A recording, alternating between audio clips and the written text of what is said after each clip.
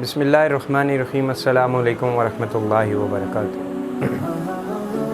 اللہ رب العزت نے نوجوان پہ بہت بڑی ذمہ داری رکھی ہے، اور اسی لیے کہا گیا ہے کہ جوانی کی عبادت کرنے والا اللہ کا ولی ہوتا ہے، اللہ کا دوست ہوتا ہے۔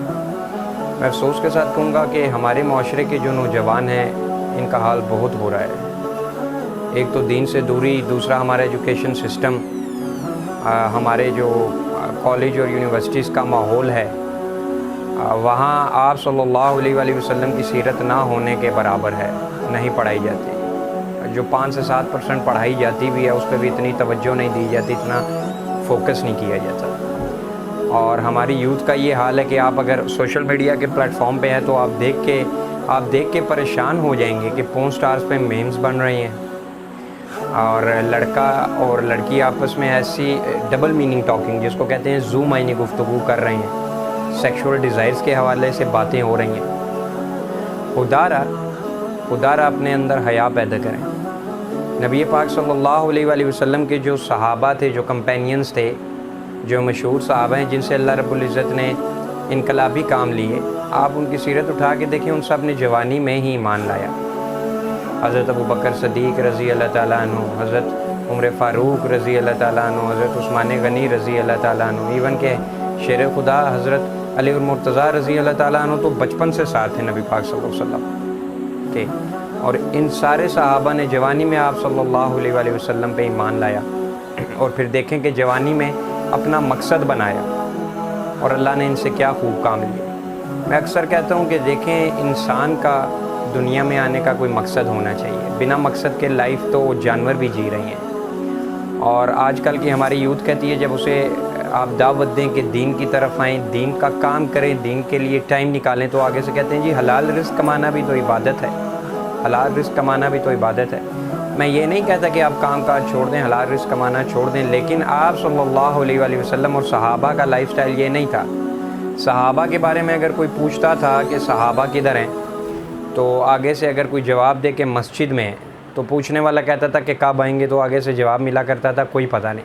صحابہ کے بارے میں اگر کوئی پوچھتا تھا کہ صحابہ کدھر ہیں، تو جواب دینے والا اگر کہتا تھا کہ بازار ہیں، تو پوچھنے والا اگر کہتا تھا کہ کب آئیں گے، تو جواب دینے والا کہتا تھا ابھی کچھ دیر میں۔ یہ فرق ہے، صحابہ نے اپنی زیادہ زندگی اپنے دین کو دی، نہ کہ کاروبار کو۔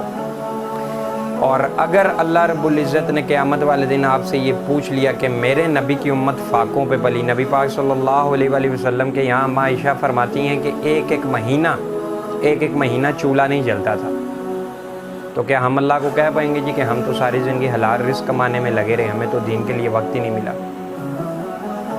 ایک جانور ہے، جانور، میں جانور کی مثال اس لیے دیتا ہوں کہ ایک جانور ہے، جب اللہ رب العزت اس کو بچے نہیں دیتا، اس کو ایک فیمیل نہیں دیتا، آسان لفظوں میں کہیں ایک فیملی نہیں بنتی اس کی، تو پہلے وہ شکار کرتا ہے صرف اپنے لیے، پھر اللہ رب العزت اسے ایک فیمیل دیتا ہے، ایک مادی دیتا ہے، اس میں سے بچے ہوتے ہیں، پھر وہ جانور اپنے ساتھ ساتھ اپنی فیملی کے لیے بھی شکار کرتا ہے۔ انسان کی ذرا لائف سٹائل پہ غور کیجئے۔ انسان بچپن سے جوانی تک پہلے ایجوکیشن میں اپنا ٹائم سرو کرے، کالج، یونیورسٹی، اس کے بعد جاب یا بزنس۔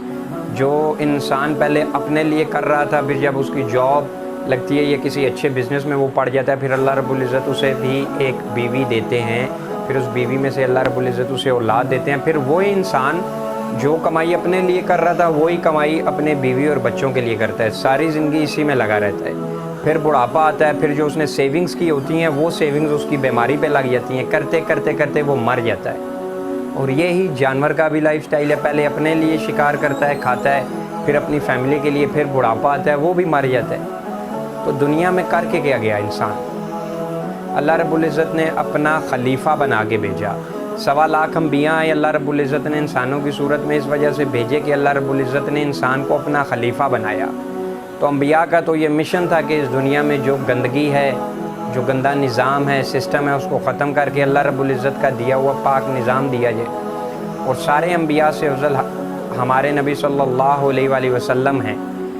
آپ صلی اللہ علیہ وآلہ وسلم کے بعد کوئی نبی نہیں ہے، تو ہمارا یہ فرض ہے کہ آپ صلی اللہ علیہ وآلہ وسلم کے بعد کوئی نبی نہیں آنا، تو پیارے آقا صلی اللہ علیہ وآلہ وسلم جو دین کی محنت ہمیں دے کے گئے، یہ ہم آگے دنیا تک پہنچائیں، یہ ہم آگے دنیا تک پہنچائیں۔ اور اپنا جینا اور مرنا اسی دین کی خاطر بنا لے، اسی خوبصورت دعوت کی خاطر بنا لے۔ دنیا میں جتنی قومیں ہیں آپ اگر اٹھا کے دیکھیں، چاہے وہ نان مسلمز ہیں، ان کی سوسائٹی میں انقلاب آیا تو اس میں سب سے زیادہ کردار نوجوانوں کا رہا ہے۔ اور جب دنیا میں کسی قوم کی رسوائی ہوئی، جب تباہ ہوئی، تو اس قوم کے نوجوانوں میں بے حیائی آ گئی۔ تو ہماری سوسائٹی میں یہ بے حیائی جیسا فتنہ بہت تیزی سے پھیلتا جا رہا ہے۔ اپنے وقت کو، اپنے اس قیمتی وقت کو، اپنی جوانی کو ٹھیک راستے پہ لگائیں، صرف کریں، انویسٹمنٹ کریں۔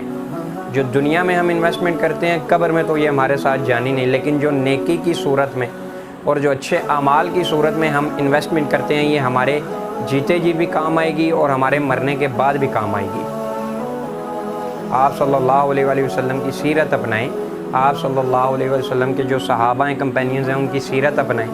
اللہ رب العزت سے دعا مانگے، رو رو کے دعا مانگے، اللہ ہم ویسے تو نہیں جی پائے زندگی جیسے آپ اور آپ کے حبیب صلی اللہ علیہ وآلہ وسلم چاہتے تھے، ہمیں معاف کریے اور توفیق عطا فرمائیں کہ ہم ویسے ہی زندگی جئیں۔ آج ہماری سوسائٹی میں آپ دیکھ لیں کہ کون سا گناہ ہے جو نہیں ہو رہا۔ میں معذرت کے ساتھ چاہوں گا کہ ہمارا پاکستان آج بھی، اگر آپ ٹاپ 10 کنٹریز دیکھیں جس میں پورنوگرافی دیکھی جاتی ہے، تو آپ کا پاکستان ان ٹاپ 10 کنٹریز میں شامل ہوگا۔ اپنی نگاہیں پاک کریں، اپنی نگاہیں پاک کریں۔